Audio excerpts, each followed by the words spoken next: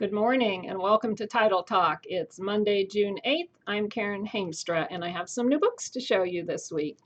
The first one I'm just going to briefly mention. It is The Last Tourist by Olin Steinauer. After 3 standalone books, Steinauer is back to his series about CIA spy Milo Weaver. And this time Milo is hiding out in the Western Sahara and he ends up going to Morocco, chasing after spies and troublemakers. So if you have enjoyed Milo Weaver in the past, you will be happy to know that he is back. And then we have a new one called Betrayal at Ravenswick. It's a Fiona Figg mystery by Kelly Oliver, who is a distinguished professor of history at Vanderbilt University. And presumably this will be the start of a new series. This is a World War I era novel. And it says, what's the best way to purge an unfaithful husband? Become a spy for British intelligence, of course. And desperate to get out of London and determined to help the war effort and to stop thinking about her philandering husband, Fiona Figg volunteers to go undercover. And she ends up in South Africa. She's tracking a man that the War Office is convinced is a traitor, but Fiona thinks he's a pompous pig. And she wonders just what sort of name is Frederick Fredericks anyway. Apparently he might own this Ravenswick, or perhaps it's Robbinswick estate, and there's a murderer on the prowl there, and it's not just the big game hunters who are ready to pounce. So if you want to meet a new sleuth, you might want to check out Fiona Figg in Betrayal at Ravenswick by Kelly Oliver. Next, Love Letters from Montmartre by Nicolas Barrault. This is about a French author who writes beautiful romance novels, and his beloved wife, Hélène, has died at the age of 33, and she's left him alone to raise their 3-year-old son, or a young son, Arthur, and he is just so heartbroken that he doesn't think he can ever write again. But Hélène was clever. She left him with the challenge and a promise to write her 33 letters, one for each month of her life. And so 6 months after her funeral, Julian finds himself standing in the cemetery with his first letter in hand, and little does he know that something strange and wonderful is about to happen. If you want to find out what that might be, then come in and check out Love Letters from Montmartre by Nicolas Barrault. And next, this is part of a series of which I have read the other books, and I have placed it on my list of books to read, but frankly, my pile at home is so large that I cannot be taking home many other books, so I have resorted to making a list. It's by Eleanor Coons. It is called A Circle of Dead Girls, and it is a Will Reese mystery. Will is a gentleman from New England in the 1700s who was driven out of his town with his family. They fled for their lives from, get this, the sheriff, and they ended up in a Shaker community where Will got busy right away solving mysteries. And now he has been able to go back home, and a circus has come to town, and at least one dead girl has popped up. She was a runaway from the Shaker community. And of course, Will feels compelled to step in and see what he can do. And from the title, I would infer that more dead girls are going to be in the making. So these books are short and a lot of fun. Eleanor Coons. And then we have a historical novel, Daughter of the Reich by Louise Fine.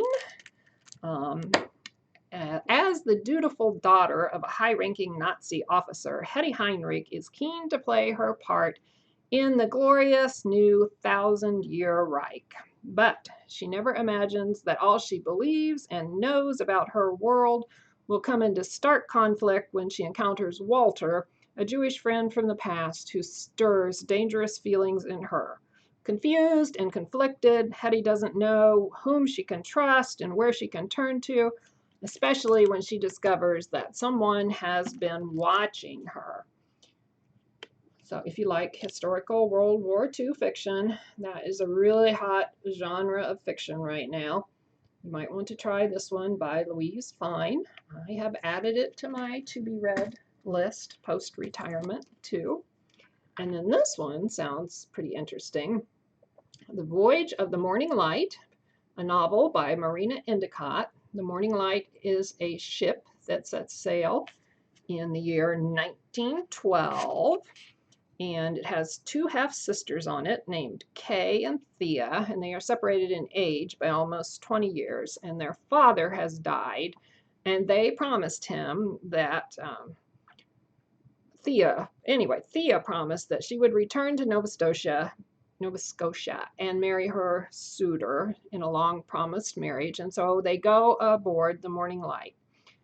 And at the heart of this book is a crystallizing moment in Micronesia when Thea, the bride-to-be, buys a young boy from a remote island and carries him away as her son.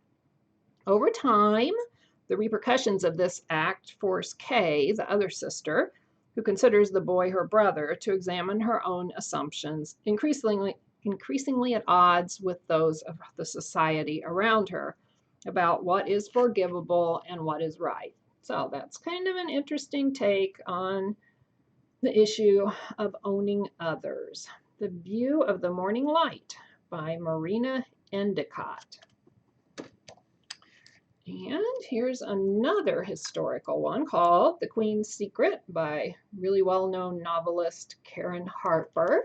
This is about the mother of the current Queen Elizabeth, who I believe was also a Queen Elizabeth in her own right. She was the wife of King George VI. And she was the one who, after they took over from his brother, King Edward, who had abdicated. That's the word I want. Abdicated so he could marry his American mistress, Mrs. Simpson. She was the one who vowed to do whatever it took so that he would never set foot in Buckingham Palace again. This Elizabeth held many powerful cards and lots of secrets from her past, some that are damaging and that could prove to be her undoing. So it says this is a riveting novel of royal secrets and intrigue, and Karen Harper lifts the veil on this fascinating family and how its secret weapon of a matriarch maneuvered her way through one of the most dangerous chapters of the century. Karen Harper has written several other books about the British royal family, so apparently it's one of her favorite subjects, and I'm sure it's well done. So if you like reading about them, you might try The Queen's Secret. And last but not least, we have a book called Yours, Jean by Lee Martin. And this is no particular genre of any book. The reason I wanted to show you this book is because it takes place in Lawrenceville, Illinois. And I have family down in that area. And I thought, well, maybe it's possible that others around here do too. 1952, Jean DeBell, the new high school librarian, is eager to begin the next phase of her life after breaking off her engagement to Charlie Champlain. She has no way of knowing that in a few short hours, Charlie will arrive at the school intent on convincing her to take back his ring. What happens next will reverberate through the lives of everyone who ever crossed paths with Charlie and Jean. The hotel clerk who called him a cab, the high school boy who became his getaway driver, and the English teacher who became Jean's landlady, her confidant, and maybe more.